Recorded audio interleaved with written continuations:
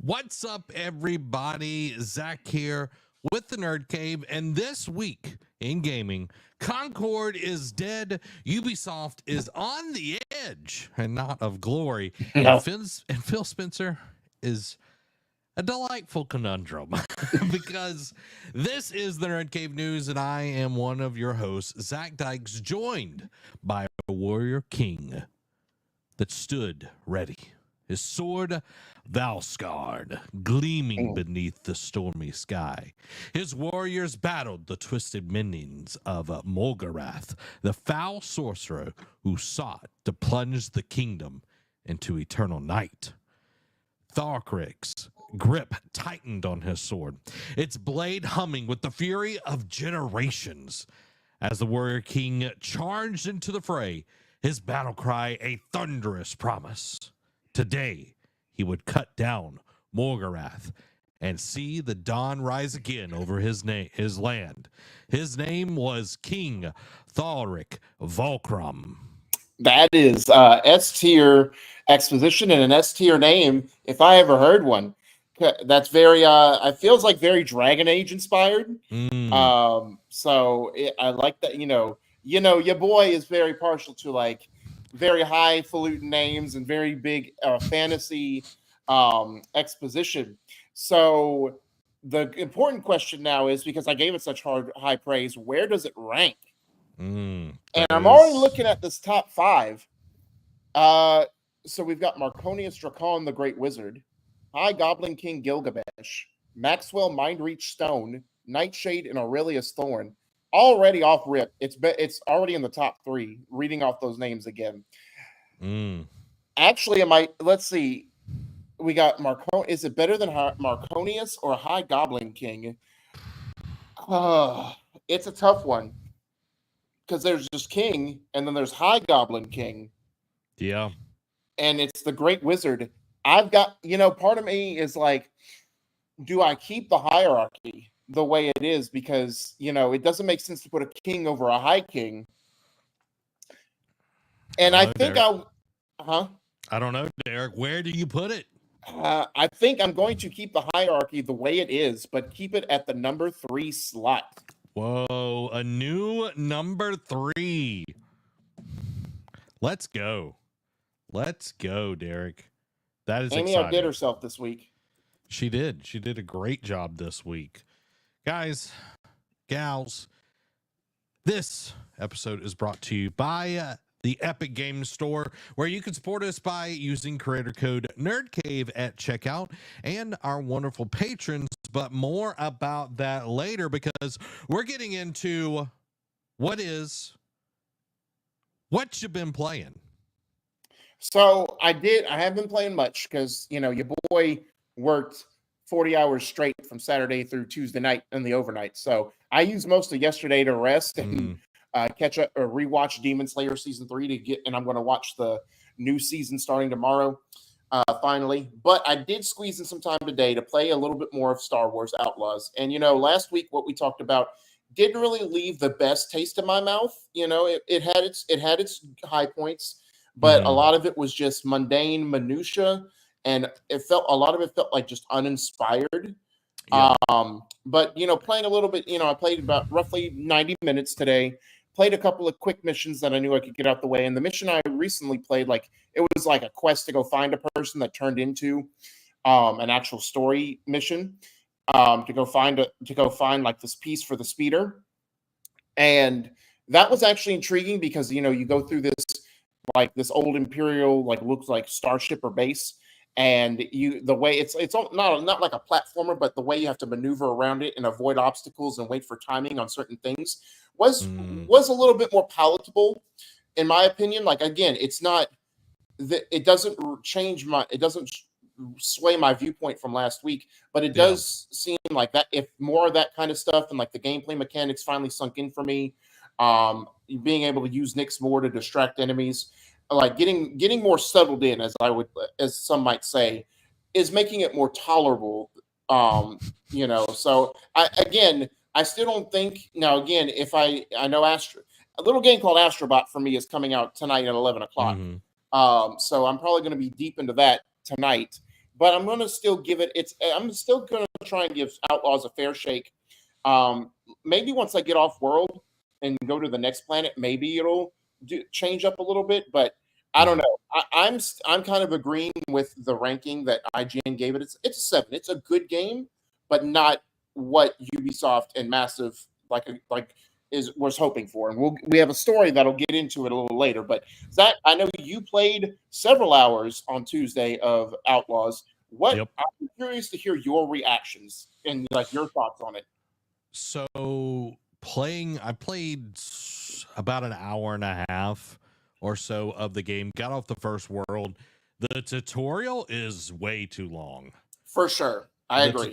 Is way too long. And I felt like some of it it could have been cut in half easily. Right. And the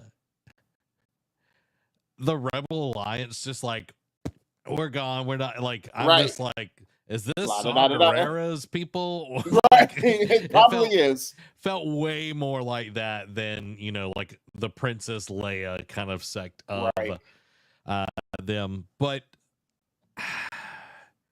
I think the trait based or the challenge based leveling up is interesting. Yeah. Where it's like you have to do X amount of things and then you are able to level up certain attributes. I think that's pretty cool.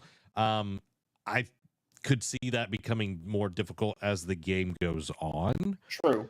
But it kind of just feels a little basic. Like looking at it now, and if anyone is trying to, decide should you buy Outlaws, I would say wait until it goes on sale. Yeah. It is not super impressive. The speeder bike feels like a drunk horse from Red Dead Redemption. It is. Oh, especially on the turning and handling too, man. Like, there's sometimes like I see like a structure coming up, and I feel like I turn far enough, but not, like I turn in just enough time, but I don't, and I still like crash and fall off. Like, and I know what's coming because it's another typical Ubisoft fashion. It's like, oh, there's going to be mission trees that you can upgrade your speeder and get better handling. That's not the point. Like, it shouldn't take 8 years to avoid an obstacle that you see coming 8 and 10 miles down the road and still hit it. Like there's just, like you said, basic things that should just make sense that don't. Yeah. And it's like your vehicle, your main mode of transportation to get around the maps should feel good.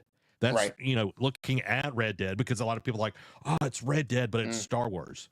No, it is not. It is far from it. Riding the horse in Red Dead, either one of them, the first one or the second one, always felt great.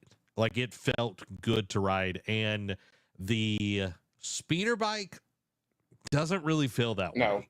It kind of feels like they could have spent a few more months and really got that into an amazing place, but they didn't. Right. So, we're kind of at we're at where we're at. So I do like Nyx. I think Nyx is an interesting gameplay mechanic, but I feel like Nyx is going to be the crutch that this game is built on. That a lot, like, in order to avoid a lot of things or get through some things, like, you have to use Nyx all the time is what you're getting at. Yes, exactly. Yeah. Because it is one of those things where, I have to use Nyx to do this. And like, I was doing a little bit of skullduggery, some thievery. I was literally stealing grenades from stormtroopers. Yeah. And nothing to it. And then I got some random person I was able to steal from, and then that's when my wanted level went up, and Oh the boy, stormtroopers like came right after me. bro. And again, again, in typical Ubisoft fashion, because you are right, I can see where down the road it's going to be a crux. It's like you're going to have to use Nyx all the time to get through and like give it like 8 different commands just to get through one part of the level. At the same time, like again, I get that because they want you to utilize Nyx and make it an asset. At the same time, like that's fine for a linear game. Like for an Mm-hmm. open world game, is there that they've done, don't limit me to one option. Now, what I do like, they do give options like, say, you like on the first planet, right? Like you come to this base and you're just finding this information or this key card that you have to do. There's multiple points of entry. Like you don't have to go always going through the front door. If you want to be stealthy, there's like side entrances you can go through and pick your way through. But you give me options in that, but not options on how to solve puzzles. Like it always has to rely on Nyx. Like that you didn't include options with that. Like, and that's what I think more and more games need to do is give you options. Like, and it doesn't have to be like an accessibility thing, but it almost feels like, it should be like a kind of accessibility thing, like just in general game development, where it's like, hey, an open world game, we're going to give you like in Ghost of Tsushima does it well, right? Like to go back to that old horse, like they give you options. Like when you go to a base, you can go in there guns blazing, or go in there like a ninja, just Mm-hmm. pick off and sneak off into the night without ever being seen. Like give me those options. Like don't just hamper me by one mechanic.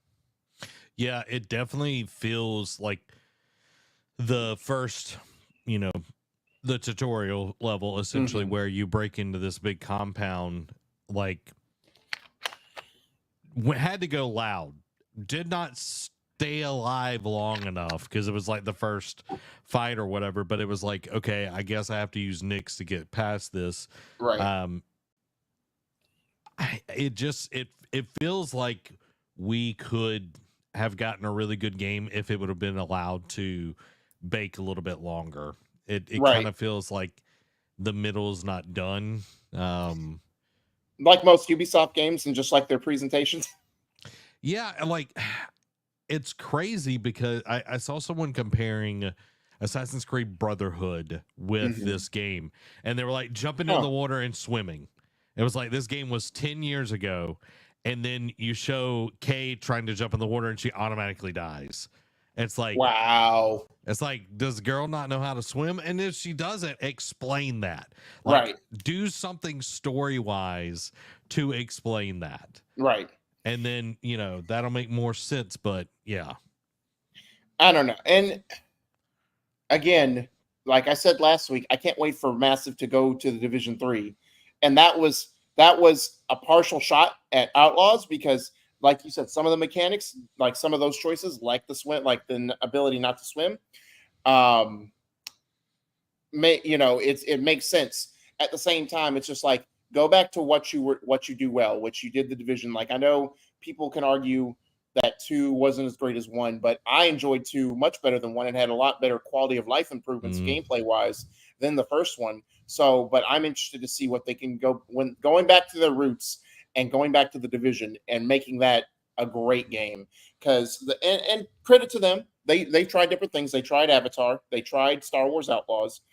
I think they were over bogged down. Like I know Ubisoft studios are massive, and they have all 80 of their studios working on the same game at once. It feels like, Yeah.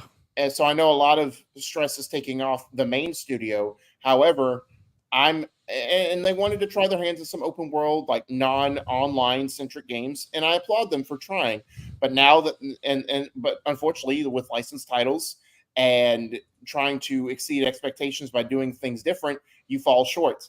Yep. So, and now I'm just let them go back to the roots and be who they're meant to be, an online looter shooter that's very like technical heavy and got a lot of flashy abilities.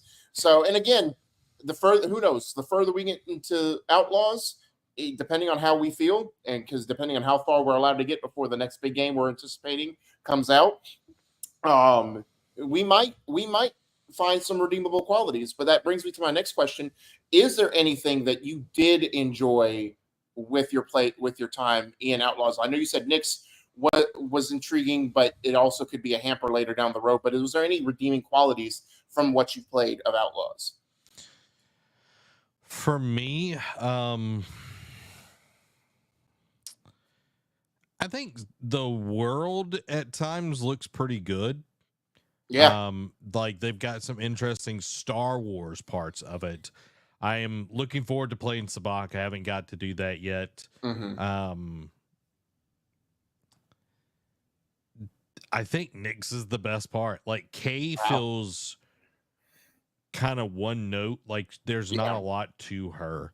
I do like Trey was on the stream, like he was watching, and he Mm-hmm. brought up a good point, and I 100% agree with this. There's good diversity in the game, and what I mean by that is there's tons of different species Yeah. within like the Star Wars universe shown. It's not just humans or a few Twi'leks. Like there's a good mix across Mm-hmm. the board, which I really like. Mm-hmm. I think Well, that's because a it's such a real massive universe, it does a disservice if you only put a few races in there. yeah. So, as we go on, I'm sure we'll see some different, maybe we'll get an Thorian, maybe we'll get some Durians. Like, Mm-hmm. I just want to, maybe we'll get a Bith band or whatever at a, like, I like that part of it. I think that really brings in the universe part of it. Yeah. But at the moment, it just kind of feels one note. Yeah. And we'll see where it goes from there. Couple more questions. One, what do you think about the main villain? Like, I know we haven't gotten too much into him, but like we did get a nice little introductory with him Mm-hmm. at the beginning and how he's pretty much like trying to take over the criminal underworld or like be the head honcho of it. What do Yeah. you is the villain? Does the villain strike any? Because Mr. Darth Vader over here.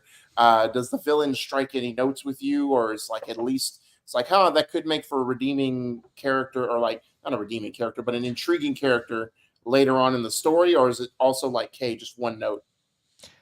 At the moment, all I've seen was the very first cinematic, and then Mm-hmm. at the end of essentially the first mission or Right. the tutorial and everything. Mm-hmm. I feel like they're trying to make him this big scary bad or whatever, but Mm-hmm. I don't necessarily feel it because it felt kind of forced, and it was just like, all right, I'm trying to take over or whatever, and it's like let it cook a little bit, Yeah. let that devious nature be there. And it's like some of the dialogue like was trying to say that it's like, yeah, my brother, you remind me of my brother, my late brother and all of this. And I don't know, like I need to see more of him, but because Yeah. right now it just feels like villain of the week, Yeah. Fair. and I want something more, but I'm expecting, like Tarkin or Vader, somebody on that, even like Jabba the Hutt or um Mm-hmm. Prince Zizor from the books, like he was like over a crime syndicate and everything, or the dude that was over, like he was like in the Solo movie, not Maul, not Mm-hmm. but he was Paul Bettany's character, like he Oh was yeah. like he wasn't on screen a whole lot, but he had gravitas. And this feels like, oh, he's a bad dude. Like, Yeah. he's gonna walk in with a black cowboy hat here in a little bit, just like, he's bad. He's the bad guy. Wink, wink. So in other words, it's machismo. Yeah, it's not hitting the right notes for me. Yeah. Last question I have is like again alluding to we know we're getting Jabba the Hutt and we know we're Mhm. getting Lando Calrissian as Yep. cameo characters in this game. Star Wars, like the extended universe, prides itself on intertwining the universe into each other and Yep. getting. I'm not expecting Jedi or Sith in this game. I'm just going to throw this out here because I think they want this to keep with a name like Outlaws. I think they want to keep it to just like the nerf herders and like the bounty hunters and all that. Mhm. Do you think like how many other cameos do you think, like do we get a Han Solo? Do we get like a Boba Fett? Do we get like any of those kind of cameos, or do you think it's just pretty much going to stick to very limited like Jabba and Lando? I hope that they don't lean too heavily on like the bigger characters. Like, yes, Mm-hmm. we are getting Jabba and Lando. I don't want to see Han Solo because everybody is going to continue to compare Kay against Han, and that she is like the lackluster version of Han. Right. I would love to see, some bounty hunters that don't get a lot of love and show. Dindar, Bosk, IG-88, Zuxus, Loom. Those would be cool to see. Also, maybe getting some of the Kessel, like, I don't know if Kessel's in the game, but like getting like this Kessel spice trading and all of that. Ooh. There's so many cool things within the underbelly of Star Wars that can be done if they're willing to go into that route.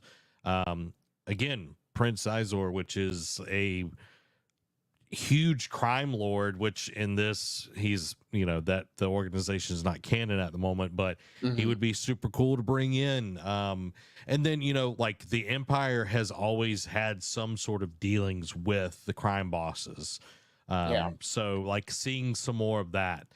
So for me, I don't want them to lean super heavy on established characters, because then it's like goes to Battlefront 2 where they relied super heavy on Luke Skywalker and a few others to push the story forward. And it could have been done so much better. And that game was a waste. The story mode was a waste for sure. Fair. So well, I'm glad you finally got a chance to play it and get your own thoughts, because I know you were kind of worried that you would agree too much with Greg Miller on his reviews, but it's a good thing that you got to play it and have your own opinions on it, and I'm kind of glad we agree. We pretty much agree on a lot of it to an extent. I don't want to say it's a flop, but it definitely is underwhelming game so far to enter into the fall season. Yeah, it kind of just came out with a whimper more than a bang. Before we go into the first one, just want to welcome everyone to the stream. Hope you're doing well. Nate says, Brotherhood was good. I agree. Brotherhood, Revelations, Bloodlines, like those three that like dealt with Ezio. Back when Ubisoft used to make great games. I know. Hopefully Shadows will be good, but I'm not holding my breath. I don't know, dude. I'm not holding my breath. I don't want to die. Lord Polly, welcome to the stream. Hope you're doing well. Mikey, I hope you're doing well. What up? So, speaking of Star Wars Outlaws, our first story in the gaming discussion this week is Ubisoft share price drops to lowest in nearly 10 years following Star Wars Outlaws release. So, according to a report on Reuters, Ubisoft has seen its share price fall to its lowest since 2015, following the release of Star Wars Outlaws, which has failed to set Tills alight following its late August release.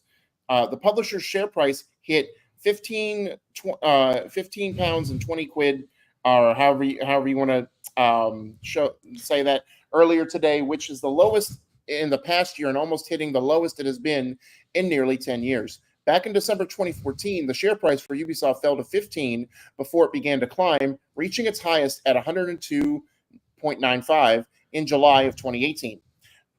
Charles Louis Plande, an analyst with MyCap Partners, said that the drop in share price can be attributed to the sharp decline of X-Defiant among players, as well as poor sales of Star Wars Outlaws. Meanwhile, JP Morgan analyst Daniel Kervin added, Outlaws has struggled to meet our sales expectations despite positive critical reviews.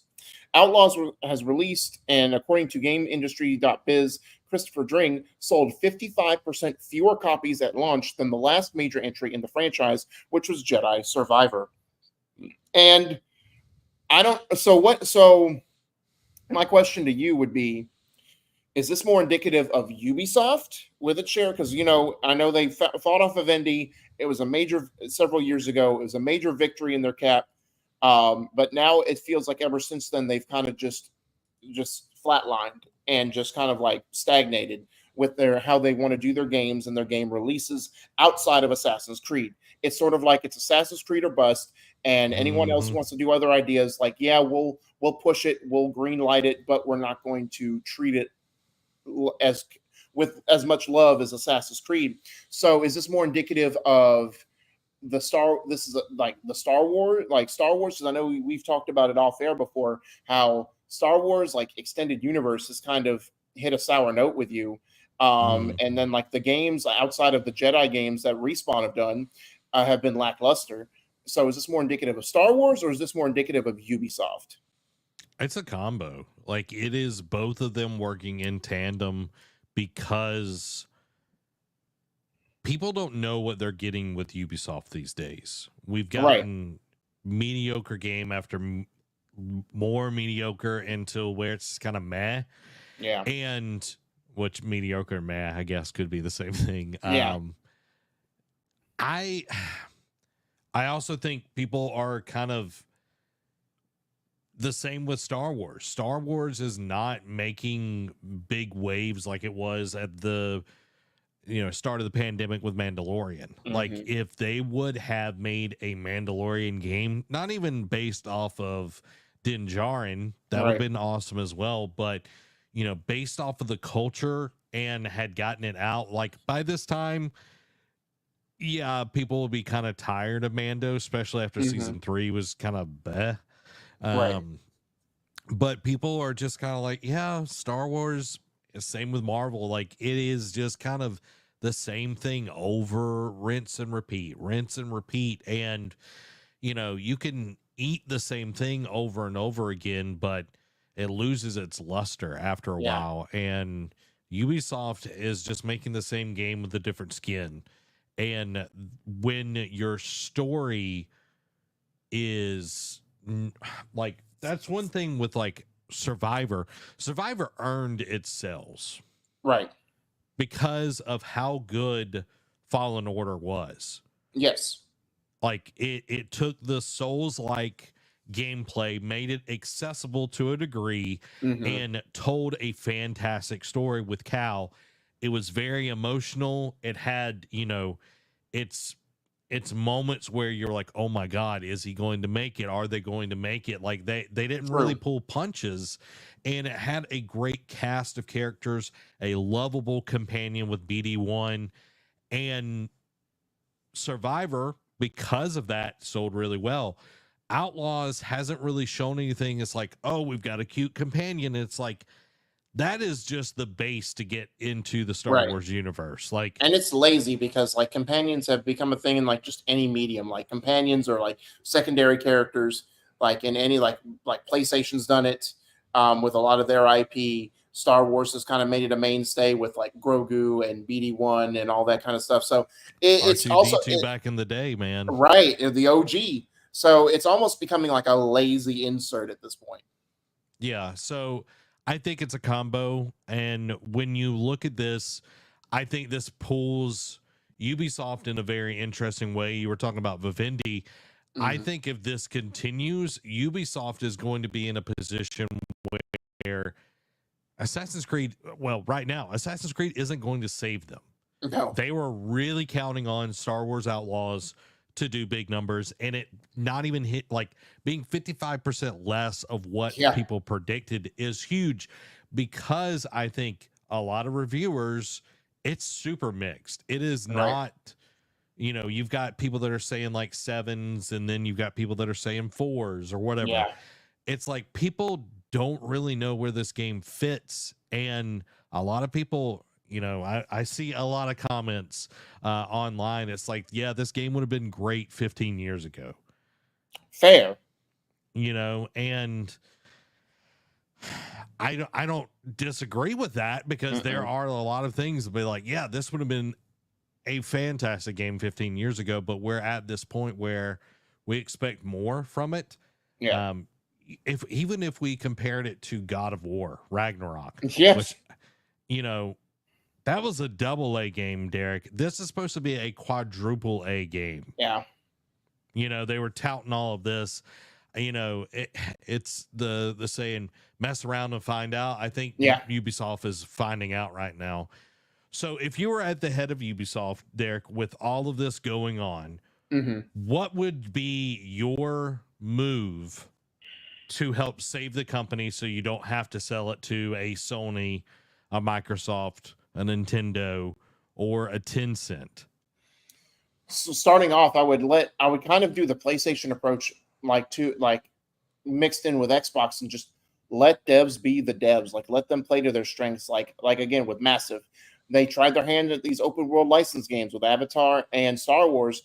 Let them go back to what they know how to do, and that's Division, or just like something else in the Tom Clancy's universe. Bring back Splinter Cell, because I think that's a sorely missed franchise, and like they keep working on it. It's almost like Beyond Good and Evil 2 at this point. Get off the pot, like just like let's let it be a thing. Like we know it exists, we know that they're working on concept, but like we need substance at this point. And then also get rid of these, like kind of like how PlayStation's doing, is like we're not going to tolerate 10-year development cycles anymore. Nix these games that I know it's a cult hit and there are people who are clamoring for it, but I would kill Beyond Good and Evil 2 because it's just gestating and it's doing nothing for anybody. So like kill all these games that have been long in production and have a lot of these studios get back to their roots. Like let like 2 or 3 studios be the Assassin's Creed studios, because that is what's making them money, but also focus on making them better and giving them longer development cycles. And like I know there's a break from when I know they kind of ebb and flow. Like ever since Syndicate, they'll take a couple years off, then do another chunk of games, then take another couple of years off, and then that's when what was the one last year? Origins is not the right one. Mirage, thank you. Mirage, and then now of course it's followed by Shadows this year.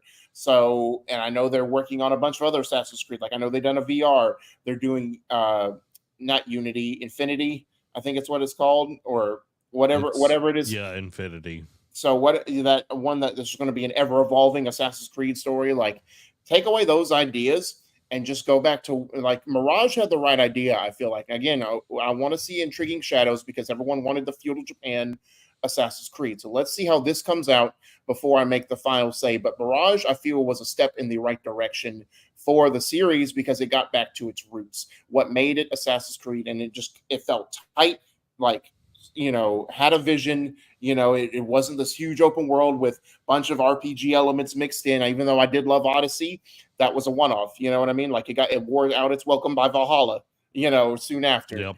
So I don't know. Like I would right the ship and again, like let devs get creative. Like don't worry about these licenses and then stop doing useless games for tech. Like we don't have to be the first on this new piece of tech. Like we don't have to be first on VR games. We don't have to be first on Stadia and waste our resources on that. Like, yes, we might have throw around money because we're a huge company that spans multiple countries, but that doesn't mean we just write blank checks and just, do tax write-offs essentially after they don't pan through. Do stuff that like see if there's a market, and then if people want to play this new tech, then put games in the ethos for them to play. Yeah, I agree. It gets to this point where they just constantly shoot themselves in the foot. Yeah. Like your point of being first on every piece of new it's all the time. Every time you turn around, it's like, oh, well, Ubisoft's putting their games on, there was one, oh God, it was like 360 area. It was like the key. The Ouya? Yeah, the Ouya. There we go. Yeah. That's the one. Oof. You know what I mean? It's those kind of things, but it goes past that with just mishandling of IP. Mm-hmm. Like they've got some of the strongest IP and they've just literally strangled the life out of Tom Clancy's name. Like, yes. like Ghost Recon, Future Warfare, like all of these different things that could be great, they've just literally murdered in the street. And it's like you had it all and you've wasted it.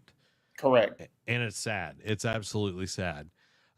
Michael says, from the question I asked, what would he do? He said, I would start by making the Jabba the Hutt DLC free to everyone and pull researchers to make sure that it's a 10 out of 10.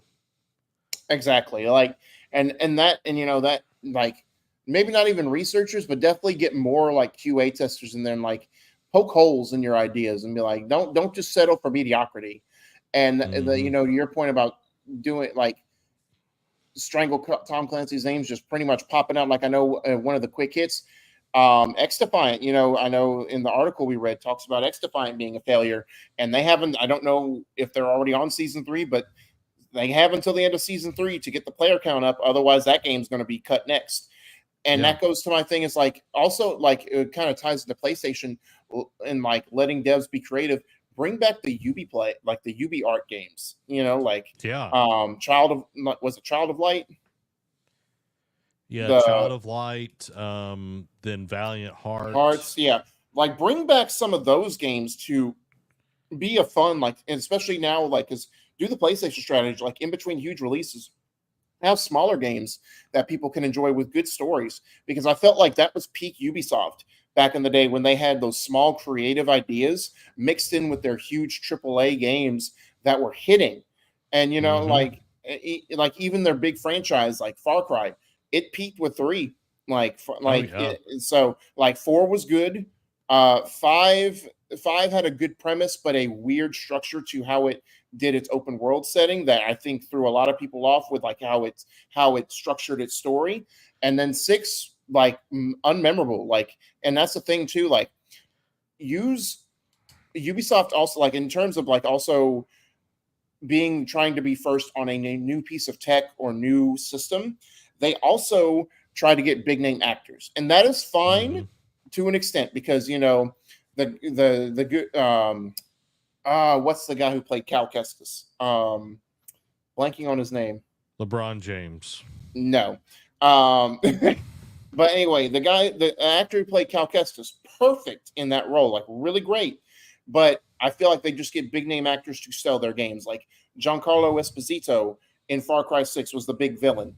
Great actor, but I feel like they didn't write, like from a lot of what I read, they didn't write his character well enough. They just wanted to get a big name actor attached to the game to sell copies. And I want that to stop too. It's like quit using actors as a marketing tool for your games, because Ghost Recon Breakpoint, to your extent, John Bernthal, the villain, and it was unmemorable from the little bit I played. Like he was just a by the numbers villain, military head that went rogue. So that's another thing too, is like be smart with your casting choices. Don't just get it for the sake of getting it, and like also make sure if you do get a big actor, it is written well for them, so that way, yes, they're still collecting their check, and I'm sure that Ubisoft is paying them well, but don't just phone it in. Yeah. Cameron Monaghan. Okay. But to your point that you were saying, like with John Bernthal, like you literally could go kill him like pretty much once you like open up the map. I forgot. That is right. Holy cow. Yeah. That's ridiculous. Yeah, that's so stupid. But then you look at CD Projekt Red. I know Cyberpunk had a lot of issues, but I think they handled with Idris Elba and Keanu Reeves really well. Like their characters were interesting and everything. But, you were talking about Far Cry because we had Primal in between 3 and 4. Fair. And I felt like Primal was the thing that like it hit that like point where it was like started going down. But a game that we don't talk about that came out fairly recently, Rainbow Six Extraction. Fair point. Because that game, because they were trying to write off the success of Siege and use a limited time game mode that they put in the game and fully flesh it out. And that was a huge flop. You could argue that was the start of the huge downfall for Ubisoft. There was a slow trickle, but then Extraction made it the rolling snowball effect. Yeah, that was January 2022 was when that came out, and it was Like we looked at it, awful. And then Skull and Bones. We can't move to the next one, guys, before we say something about Skull and Bones. Right. You know, even when Murdoch abandons Skull and Right. Bones, the biggest advocator in this channel for Skull and Bones, like a staunch defender, some might say, to come out on the 11th hour and say, yeah, I'm not going to play it. And then we were like shocked, both of us, to all get out. And we were like, what? You've been beating this drum for years, saying how we were pretty much idiots. We did like our opinions were wrong.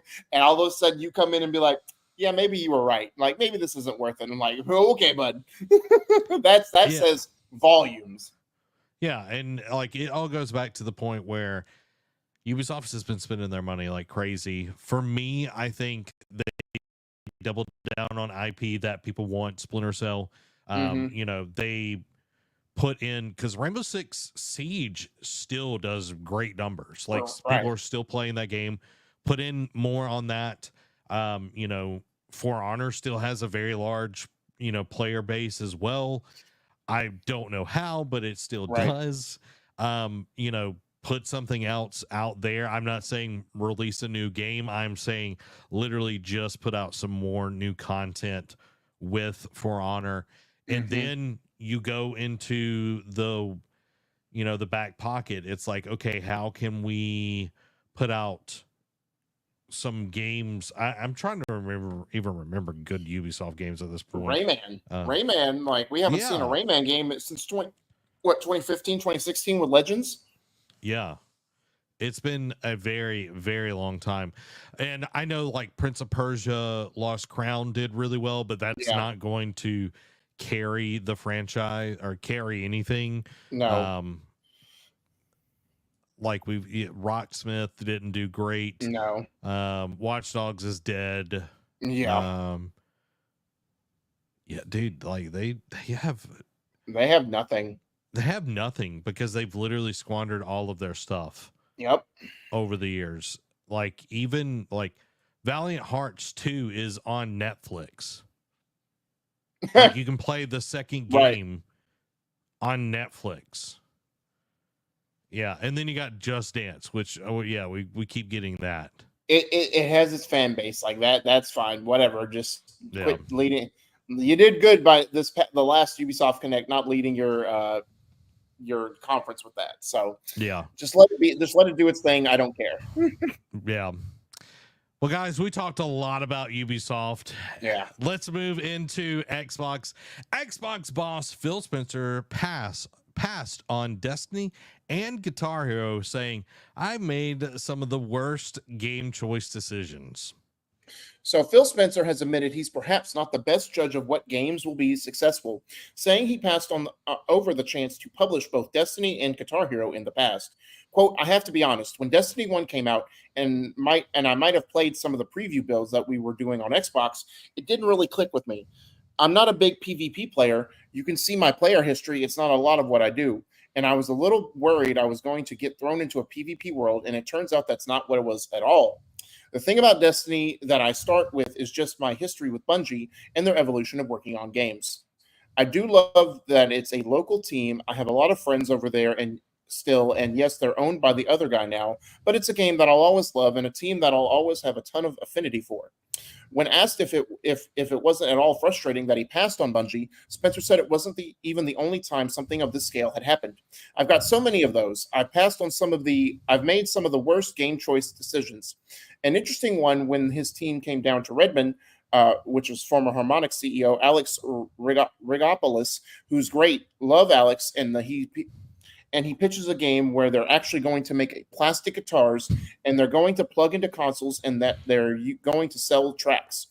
Explaining how, and Spencer said on how he passed on Guitar Hero, quote, I'm like, really? Do we really think that's going to work? A few people played Guitar Hero. I hear that turned into a pretty good game. I'm not a regrets type person. Maybe that's a fault of mine, but I passed on so many games that I could look back, and he shook his fist. But no, I try to look forward and be positive about the things that we are doing. And so with Destiny, I just like to celebrate what the team has done. Hold on, excuse me. Excuse me. Thank you.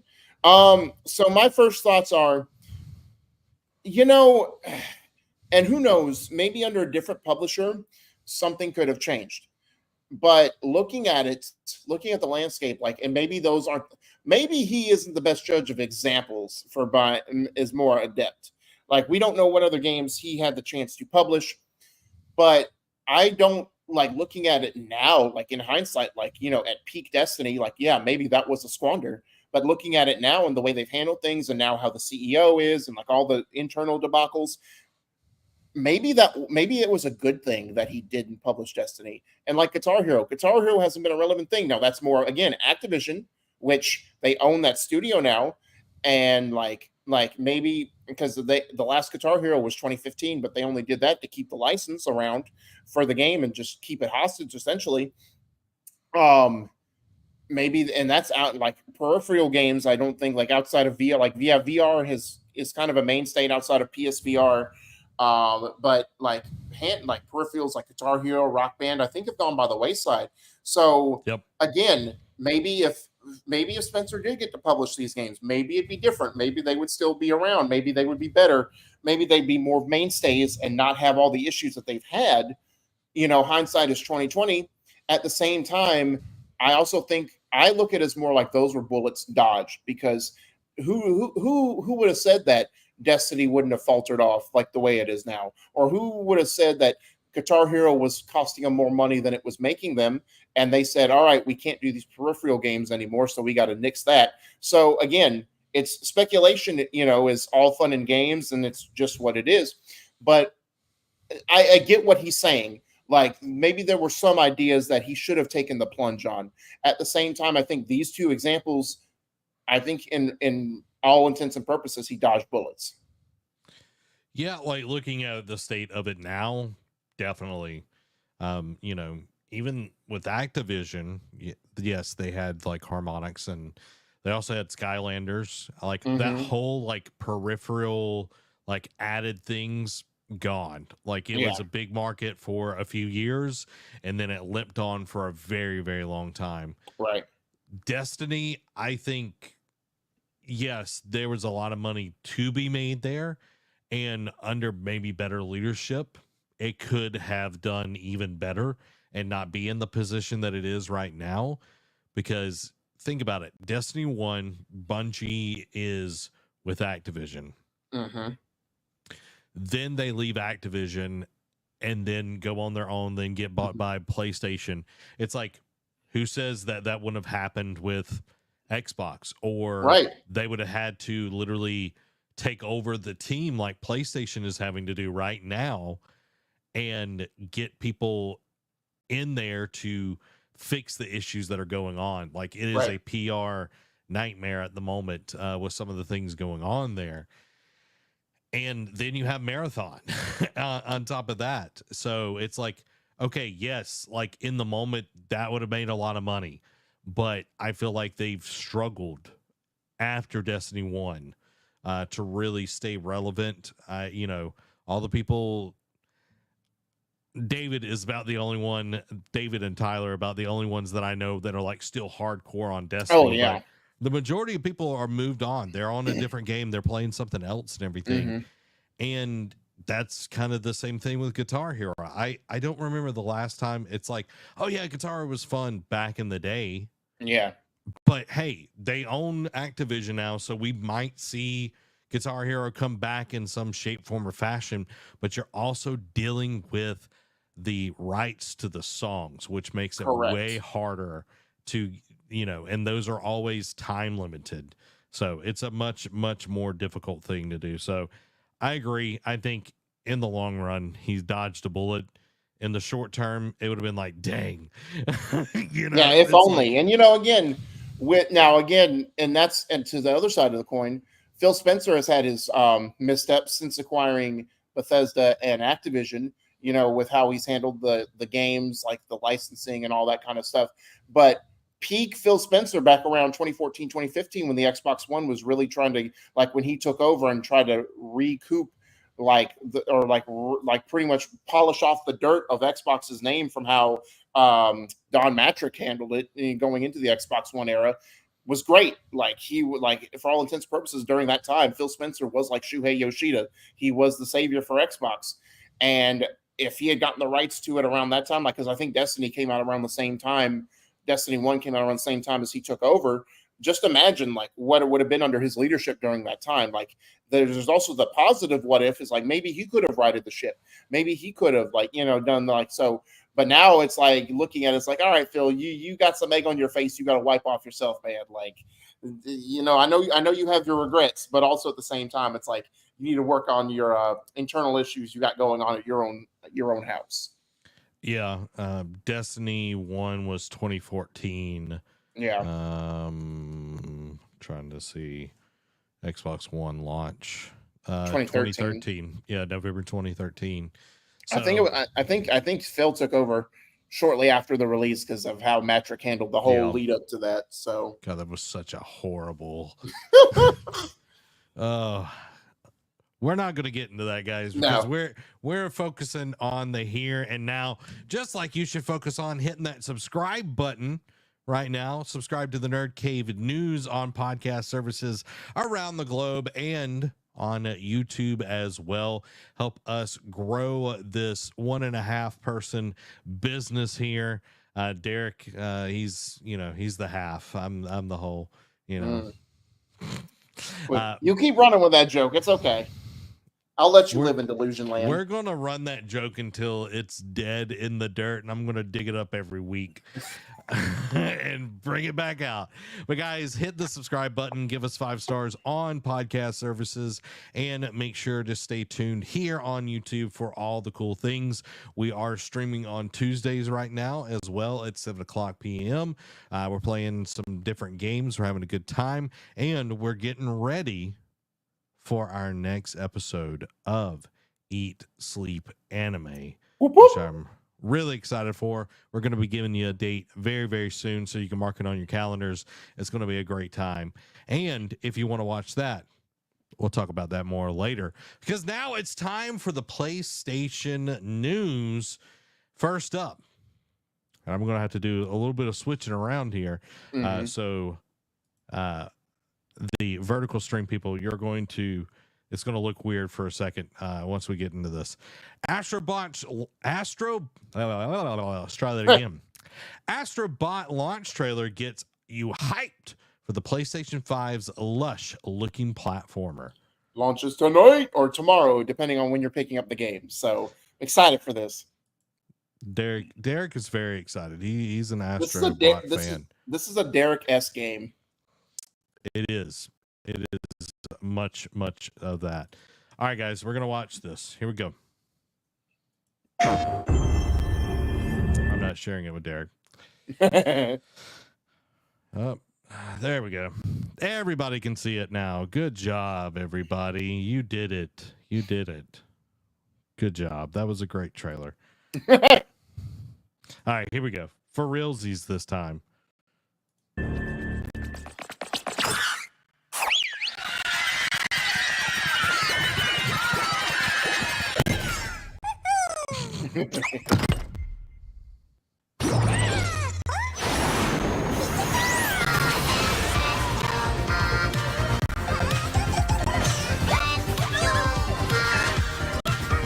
Yeah.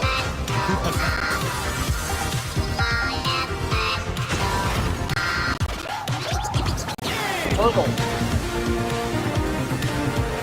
It looks really great. It does. Oh wow, cool.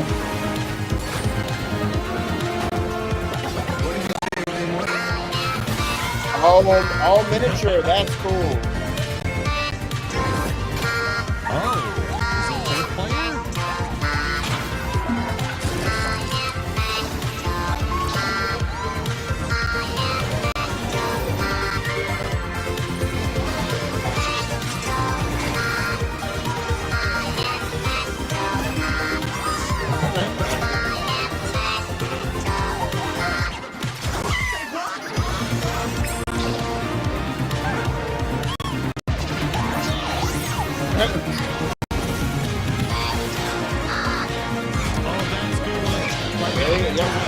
PlayStation.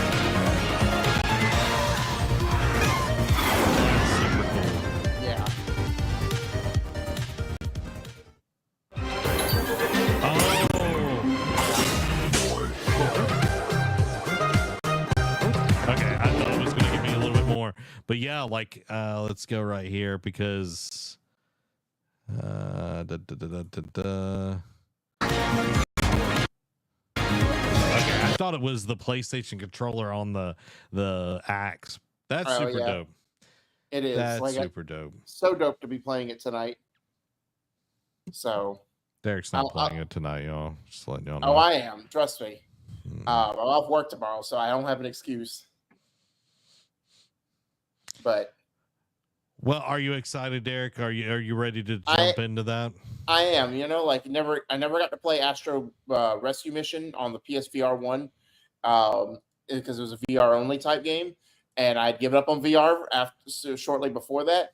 And at playing Astro's Playroom, like being a free install with every PS5 was dope, and it was a very much of a love letter to the history of PlayStation.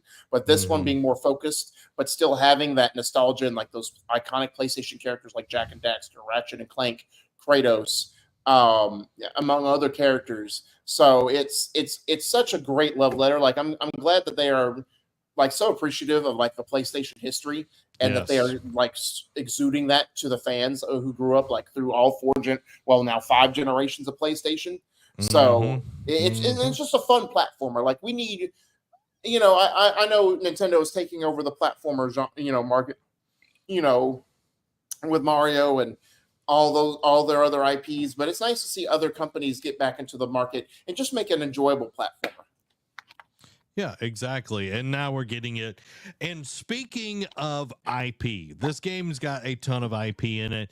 Yeah. But Sony's Hiroki Todeki reckons the company is lacking original IP.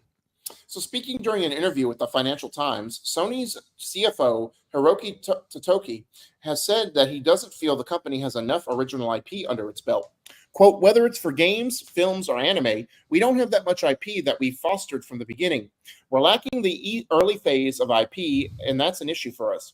The executive went on to say that Sony has been more successful at finding new audiences for existing and popular IPs and feels the electronics giant will be unable to use growth unless it creates content from scratch to ensure higher returns. And I'd like to know what he means by that, because when you think of the IP now, like sure, Insomniac, like, you know, take out the licensed one with Spider-Man. You know, you have Astrobot, you have God of War, you have Ghost of Tsushima, you have Bloodborne, you have Infamous, you have Uncharted, you have Resistance, you have just an endless plethora. So it's like, I wonder what he means. Now, of course, you know, Insomniac before they acquired him was just a second party partner. Like, you know, maybe he's talking about like certain licensing issues with certain games like Ratchet and Clank and all that. But it's like, what does he mean? Because, you know, you have The Last of Us as well and just other IP. Like, does he mean more iconic? Like, because I mean, when you think of PlayStation, you do think of just lately. You think of Last of Us, God of War, Spider-Man, Horizon, Ghost of Tsushima. That's only 5 that, you know, like the big ones. But there's such a more plethora when you dig deeper into the lore of PlayStation. But I wonder if he means expand it like how it was with like the platformers like Jak and Daxter, Ratchet and Clank, Sly Cooper. Does he mean bringing those back as well and expanding their library, or just creating originals? Because I'd like to know what he means by original IP, because a lot of the IP that Sony owns is original. Yeah, I'm wondering if he's like meaning like, oh, it's relevant today. I'm not 100% sure on this, but yes, like if you look at it, most people in this position, you know, Sony, Xbox, Nintendo, they have a number of IP. Sony has some big heavy hitters. I feel like Nintendo's is the most diverse. For sure. They've got a big bag of them. I feel like Xbox has, well, without Activision Blizzard, I feel like Xbox has Marcus Phoenix, Master Chief, and that's really about it on the big scale. And then you add Bethesda in there, and then you've got some others. But with PlayStation, you do have Ghost, which would be an amazing anime or live action show. You've got God of War. We've already getting Last of Us as a show and also a game. Sackboy as a kids TV show. Or Astrobot. Like, dude, that would be amazing. Ratchet and Clank, you could do the same thing. We already got a Gran Turismo movie, which didn't do that great, but we've got that. Days Gone, I brought it up, Derek, but Days Gone is there. But Returnal, why'd you say that name? Yeah, Returnal could be an awesome like sci-fi show. True, like that's a very good point. Yeah, you really could dive deep into that world and everything, but it's like you aren't limited by just these. We do have the Uncharted movie as well, which I feel like there is this kind of like double-edged sword. Do you go back and do more Uncharted games and all of that? Probably not. But think about Helldivers. Helldivers does huge success out of really nowhere from most people. They're not as sophisticated, demure, some would say. But Helldivers took the world by storm. Doing a show off of that would be great. Whatever. Right. You could do a lot of things with that IP.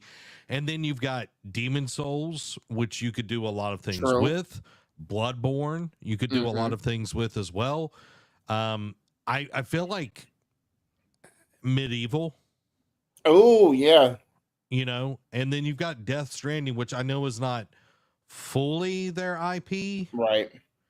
But them and Hideo have a pretty good working relationship. And I think they're doing a show or movie off of Death Stranding as well. Yeah. And then you've got stuff like Legends of Dragoon. You've got stuff that is like older. Suikoden. Yeah, like you've got so many things that you could be doing, and I understand like you need to be making new things. You can't just be putting out another God of War.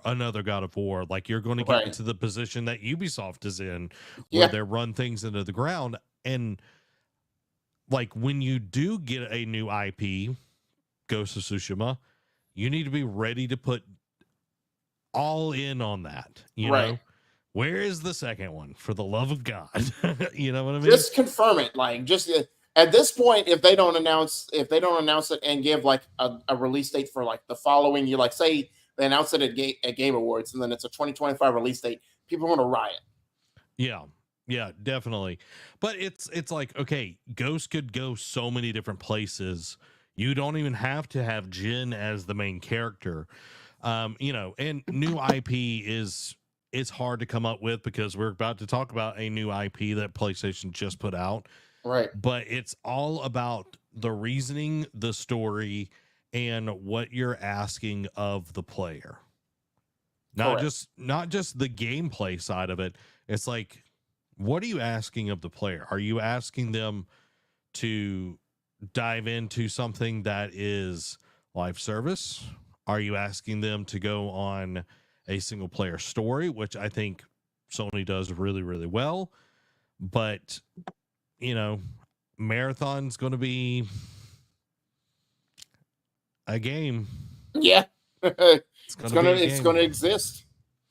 So I would love more clarification on this comment, because it's like we're lacking the early phase of IP. So it's like, are y'all lacking the gestation of new ideas, Yeah. I think that might be what it is. It's like, but also you have the other side. Now, again, it's not, with new, like Concord, like what she'll get into here in just a moment. And then you have Dreams that they just stated and then let simmer too long and then came out and Dreams was more of a success because of the creation tools, but didn't pretty much set the world on fire. So like you got to find that nice middle ground. I think if you're wanting new interesting IPs, you're going to need to get not these behemoth developers. You're going to need to bring in some indie developers onto your teams that can move quicker on their feet. That is the nice thing about an indie development team, or even a small business, is you can make changes and things very quickly compared to a huge corporation that it takes a long time. It's like a big ship compared to a speedboat. And Speaking of a big ship that crashed and now is sinking, Concord is being taken offline tomorrow, and refunds will be issued to all players. So Firewalk Studios' new shooter Concord launched in a less than ideal state for a multiplayer game. The issue wasn't technical, it wasn't having major server problems, it just didn't have enough players. It failed to hit more than 700 concurrent players on Steam over its launch weekend, and at least on PC never went further than its peak of 697. However, PlayStation published a blog post announced that Concord will be taken offline tomorrow on September 6th, which at the time of this writing. Quote, Concord fans, we've been listening closely to your feedback since the launch of Concord for PS5 and PC and want to thank everyone who has joined the journey aboard the North Star, began the game director of Firewalk, Ryan Ellis. Quote, your support and the passionate community that has grown around the game has meant the world to us. However, while many qualities of the experience resonated with players, we also recognize that other aspects of the game in our initial launch didn't land the way we'd intended. Therefore, at this time, we have decided to take the game offline beginning tomorrow and explore options, including those that will better reach our players. Big woof on this, and it's like you hate to say "you told you so," and you hate it because people actually, like games are hard. We've said this time and time again. Don't know how to create a game, don't know how to do coding, don't know how to do texture designs, all that kind of stuff. So at one, we've talked about like whose fault it is. Like at some point, you got to point the finger at yourself and be like, maybe it was us, like maybe, and like just not even blame the higher ups. Like say, why did I hire this person to make this design or like make this game choice, and why didn't we let them succeed, or why did we not push the envelope more and force them to really think critically about what they're making, this piece of art that they're making, and decide and make them force themselves to say to themselves, am what I am making, am I happy with it? Is it something that will make us will be a hit for players? Will it make us money? Will it force us to be a studio that will be a mainstay in the ethos for PlayStation down the long run? So that being said, again, I hate to say it, we told you so. Like we looked at it, it had a good had a decent first trailer. Like it made us laugh. Like, but after watching it, like I said it just looked like a poor Guardians of the Galaxy imitation, and mixed in with Overwatch once we saw the gameplay, and I didn't expect this. Like, you know what I mean? Like I expected it to be a like low simmer to poof, to put the fire out, and it probably would be dead by middle of next year. Did not expect it to not even last a flipping week, not even 1,000 concurrent players. Like this is arguably Sony's biggest flop in the last decade, since the PlayStation 4, honestly. I don't know, I can't speak to anything further than that, but I know it's probably their biggest flop since Days Gone, honestly. At least from a critical standpoint. But even Days Gone, like it just didn't recoup its money. It's still, and like it found its second life on PC. This thing came out and didn't even hit 1,000 players on Steam. Like it's absolutely ridiculous. Now to go to the other side of it, I now worry about Firewalk. Like I'm of two minds. I was thinking about this earlier today. I'm of two minds. Either it's going to shut, like, because people are saying, oh, they're gonna lay off people. I think it's going to further than that. I think they're either going to Sony's going to shut down the studio, or they're going to do an Activision and close the studio, but then fuse them into, like, take them off, like, doing their own games and fuse them into, like, say, a Bungie, and make them, like, help them with Marathon or the next iteration of Destiny, or whatever expansion. I know they're not doing Destiny 3 anymore, but, just be a support studio. Or just like, because Destiny, Bungie just did a bunch of layoffs not that long ago. So maybe it's like, all right, we're going to recoup them and just use the Firewalk people. So I'm of two mindsets that this is what's going to be, because like if this game had not recouped its money and it lasted, say, 6 months, 6 to 8 months, I could see them just being like, all right, we're just going to do layoffs, maybe have the CEO step down and be done with it. But not even lasting a flipping week. Or barely two, actually, because it came out on the 23rd, barely lasting 2 weeks at launch, after launch. And this means a studio closure. Like I don't think there's any ifs, ands, or buts about it. Whether it's a closure and they just lose their jobs, or they get molded into, like, say, a Bungie or whomever they want to fuse them with. That's the inevitable fate for Firewalk. I don't think Firewalk makes it past after this game closes. Yeah, because like you think about like we had like Destruction All Stars. Mm-hmm. Nobody really wanted that game, but it's still running. Yeah. You know, there was enough of that. I mean, heck, no one asked for Foam Stars, and it's going free to play. So that's the game still has life in it. Yeah, and I'm wondering how this got to the place that it is. You know, like, how did this? And I know a lot of it is because of Jim Ryan and his push for live service games. But this game was also in development for 8 years. Yeah, so this was before they even got bought by Sony. Yeah. Literally started development when Overwatch 1 came out. Correct. It's weird, dude.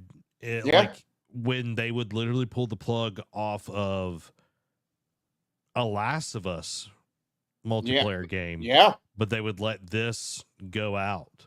And they saw people's reactions and thoughts from the beta, and they extended the beta, trying to get people's, they not only extended it, they started it early too. Yeah. So it's super strange what's going on. I do think Firewalk, unfortunately, I do think that it will be some sort of layoffs, restructuring, maybe closure type deal. But my biggest thing is moving forward. We've got Haven Games working on Fair Game, which is the looter, kind of like the finals-esque game. And then we have Marathon being worked on by Bungie. Yeah. Do you think that this is going to be scrutinized and they cancel maybe Haven's game? I mean, it depends on how far along in development, but also again, like the Last of Us Online game is different because it's Naughty Dog's name, and if Naughty Dog says this game is going to be hot garbage, Sony doesn't want their crown jewel to be tainted, even though you can argue that it already is to an extent. So, like, yes, it canceled it, and but at least they didn't come out and it flopped as hard as Concord. You know what I mean? They didn't they pulled the plug because they knew better. I think they wanted to protect the name brand of Naughty Dog, but with these other games, I don't know. It depends on how far along in development they are. Like Marathon, if it wasn't for the fact that they said they're not doing a Destiny 3 and they're just going to continue to do smaller updates for Destiny 2, I would say that they pull the plug on Marathon, or at least delay it indefinitely and just reroute the structure of what that game is and not be a live service. Fair Games, though, is intriguing because it's correct me if I'm wrong, Haven was bought or it was internally made? Yeah, this is a Jade Raymond studio, isn't it? Yeah. Yeah. So, again, Jade Raymond is another person with pedigree. At the same time, you got to wonder, it's like, how far in development? Because if it's coming out, let's say, mid-2025 or fall 2025, does Sony pull, is that late enough for Sony to pull the plug on it? Or if it's going to come out, let's say this September PlayStation State of Play comes out and they announce and they bring back Fair Games and saying it's going to launch spring of 25. That's going to be too late. They're just going to have to let that game ride and see and hope for the best. Because I know there's a quickie in there saying that talking about Fair Games as actually, where was it? Oh yeah, they're very positive about Fair Games. Sony is. So I don't know. Like, it just depends. Like, I could see them letting both ride out. I could see them maybe pulling the plug. I could see doing half and half. I don't know. This is ever since Jim Ryan left, Sony is trying to navigate the path that he set them on and trying to, make it right. My question is the boring one. My answer is the boring one. I don't know what this means going forward, because they're saying they're giving a press. They already came out and said something about fair games. And then again, it's like, if they do cancel Marathon and them already saying nixing Destiny for all intents and purposes, what does Bungie do? Like, they can't just sit there for a decade and have nothing in the pipeline ready to go. I don't know. I think Sony is now, with this live service initiative and having some of these bigger studios or studios with bigger names attached, they've put themselves into a corner. And now I think they just have to ride it out and just eat the loss and just go back to let their crown jewels like Santa Monica, Sucker Punch, Naughty Dog just do their magic again. Yeah, it's difficult because do you want another Concord situation? Right. Do you want to be in the position where you put another game out and it's bad? Yeah. Because you could kind of see the writing on the wall going into Concord, the way PlayStation handled it. They didn't do a ton of press on it. They didn't really push it super hard. Right. I feel like Firewalk was doing more of the push than Sony itself. Right. So that tells me a lot. And we haven't heard anything from Haven since 2023 when they announced it in that really bad state of play. The one that no one wanted, the live service state of play that no one asked for. Yeah, exactly. And then you've got Marathon, which we got is a teaser trailer. So I kind of think of it this way. When a coach comes into a football program and, college football program, and they've recruited for a totally different play style than he runs, what do you do? Do you, do you make do and try to kind of, shimmy and get it to something that you're comfortable with using? Because I feel like that's what, the CEOs are having to do right now, because the old coach, Jim Ryan, set them up on a run first option and their pass option. They want to pass. So only time will tell. Yeah. Only time will tell. And I hate it for everyone at Firewalk. And if you're working on a live service game, make sure your game doesn't suck and people actually want to play it. I think that's the big lesson that needs to be learned by any publisher. True. Don't put out a game that people don't want to play, or a game that you don't believe in, or don't be a part. Don't feel like you have to be forced to do this game that you not to say that you weren't hired to do, but also it's like, if you don't believe in this, speak up. And if they don't, and if they say, well, we're doing this anyway, get out of there. Find a job that is making a game that you believe in and want to do. Yeah. Which I know that's a little bit hard with the market the way it is right now, finding something. But yeah, it's just hard when you don't believe in something. People can tell. People can tell. Like Peter Dinklage's performance as the Ghost, phoned in. I'm just gonna say it. I kind of liked Peter Dinklage as Ghost. It's kind of sad to see him go. Yeah. Kind of works with the robot, but that's neither here nor there. But what is right now is the present, not the future. But what is right now is now and not yesterday. But the PlayStation Quickies is now. So first up, YouTube finally removes 1 minute unskippable ads on PS5.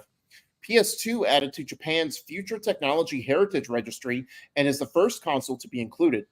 Ballistic Moon has reportedly laid off undisclosed number of staff ahead of Until Dawn launch. Silent Hill 2 Remake includes option to turn off UI and apply a 90s filter. Some more Concord stuff. Concord dev issues thank you for outcry of support on social media, saying you are the reason we make games. Concord players grind for Platinum Trophy ahead of shutdown by throwing rivalry matches. Scalpers are trying to upsell Concord after Sony pulled it from sale. Sony is reportedly feeling, quote, very positive about live service title Fair Games, despite Concord flop. It looks like a highly anticipated enemy faction is finally coming to Helldivers 2 soon. Some Astrobot news. Astrobot director confirms plans for DLC featuring speedrun stages. The Astrobot dev apparently is thinking about a sequel already. Astrobot will carry over your Astro's Playroom progress.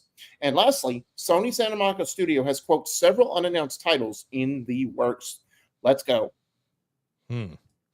That's interesting. When they say that, something's in the works, like it could be in so many different parts of the process. It could be in gestation. They're coming up with things and all of that. But I'm glad because Sony Santa Monica, if you're new here, probably our favorite studio. So we just make small, like not very known games at all. Like no game of the year contenders come out of that studio. Yeah, nothing like that. No game of the year winners come out of that studio. No. It's time for the Patreon quick. Because the future is now, and now is the future, but yesterday was the past. Derek? Sure. You just ride with that bit, Zach. I'm going to live in the present. Yeah. Starting man. I gotta do the spiel over here. The Patreon quick hits are brought to you by our wonderful patrons. Go and support the Nerd Cave by getting your very own Nerd Cave membership to help us continue to make awesome shows like this one, Car Thoughts, Eat, Sleep, Anime, our Tuesday night streams. It helps us keep the lights and the mics on. So become part of the ship, part of the crew over on patreon.com/Nerd Cave. Now for the Patreon quick hits. So starting off, Harry Potter Quidditch Champions Easter eggs include PS1 Hagrid meme. Following that, Quidditch Champions roadmap includes Hogwarts Legacy and Halloween events. CD Projekt Red says Cyberpunk 2077 dev team will likely double in headcount over next year. Following that, the Cyberpunk board game was funded in less than 10 minutes. Annapurna partners with Remedy to bring Alan Wake in Control to film and TV and will co-finance Control 2 as part of the deal. Control 2 team is, quote, working full steam ahead, and players will have to wait a while for any update. X-Defiant Dev reportedly has until the end of Season 3 to improve declining player numbers. Kingdom Come Deliverance 2 looks set to top Baldur's Gate 3 as the game with the longest script. Visions of Mana Dev is reportedly shutting its doors as NetEase and Tencent scale back on Japanese investments. Multiverse's patch notes reveal fighters are now playable in local play game modes. Rumor, new Batman game set in the Matt Reeves universe is in production. Pauline is playable in Super Mario Party Jamboree. Indy's most iconic look locked behind Indiana Jones and the Great Circle Premium Edition at launch. Larian Dev priced Baldur's Gate 3 and Divinity Original Sin 2 below value as he had faith games would recover costs. Rocksteady Studios working on unannounced project according to senior programmer resume. Following that, though, Rocksteady suffers layoffs following Suicide Squad's poor sales. Capcom mainstay Hideaki Itsuno announces departure from the company. Amazon Games regrets the confusion over CEO's AI and voice actor comments after harsh online criticism. Tony Hawk Pro Skater social media accounts updated for 25th anniversary. Marvel Rivals dev says no character is off limits as long as they bring something good to the roster. Toadman Interactive, which is a support studio for Dead Island 2 and Helldivers 2, confirms layoffs. Voice acting legend Jennifer Hale on Video Game Strikes says AI is coming for all of us. Nintendo suggests Breath of the Wild and Tears of the Kingdom are part of the new Zelda timeline timeline. Gearbox confirms Borderlands 4 will introduce 4 brand new Vault Hunters. Hopu, the studio behind Risk of Rain 2, is closing its doors and will be joining Valve. Square Enix confirms Tokyo Game Show lineup includes Dragon Quest III HD 2D remake and Life is Strange Double Exposure. BioWare details Dragon Age The Veilguard's progression systems for your character companions and more. No Man's Sky latest update finally adds fishing to the game. Dragon Ball MOBA arrives in 2025. Assassin's Creed Shadows brings back double assassinations. Souls-like Inotria delayed indefinitely on Xbox because Microsoft decided to ignore devs. Black Myth Wukong Xbox delay due to Sony exclusivity deal and not tech issues, according to source. Making a follow-up to Hogwarts Legacy is one of the biggest priorities for Warner Brothers. Honkai Star Rail is reportedly getting a physical edition. And lastly, Undead Labs moves from State of Decay 2 to focus on State of Decay 3. Like this Black Myth Wukong like Xbox thing. Right. It's a weird development. It is so confusing because some people are saying like different sources. I'm sure you've heard the same stuff. Some people are saying, oh, it's an exclusivity deal. And then Sony's like, yeah, there's no exclusivity. Like, right. Game Science even said that. And then it was like, oh, well, it's because Xbox this. And it's like, well, I don't know. I don't know what to believe. Jason Schreier, we need you on the case, my guy. Yeah. Start sniffing, my friend. Start sniffing. And then Hogwarts Legacy, like they're wanting to make a sequel. Of course they want to make a sequel to this game. It was the best-selling game of 2023. Yeah, it's like, and especially after, Suicide Squad Kill the Justice League did so poorly. Oh, yeah. Because it came out last year, I don't think we get one super soon. No. I think if they're smart, they do DLC. Oh, for sure.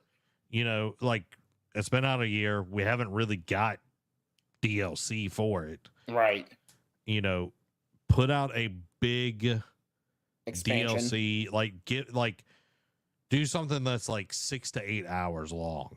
Right. Make it like $25 and people will eat it up. For sure. People will eat it up. Like and with how development and ice cream. And okay.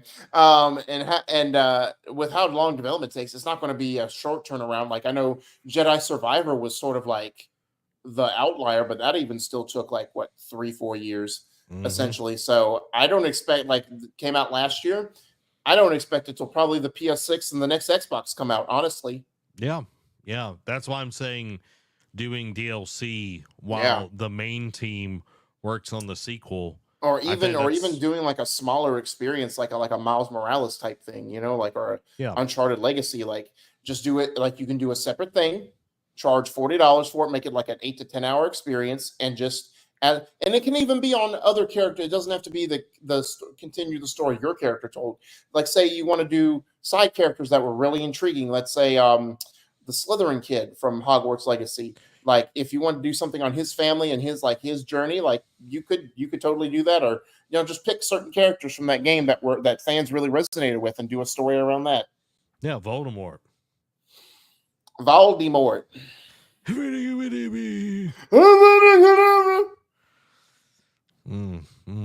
Well, that is our episode of the Nerd Cave News. We hope that you enjoyed it, and we invite you all to go over to patreon.com/nerdcave and support us there. Make sure to hit the subscribe button here on YouTube and podcast services around the globe, and come back on Tuesday where we're going to be jumping into hanging out. We're going to be playing some more Star Wars Outlaws.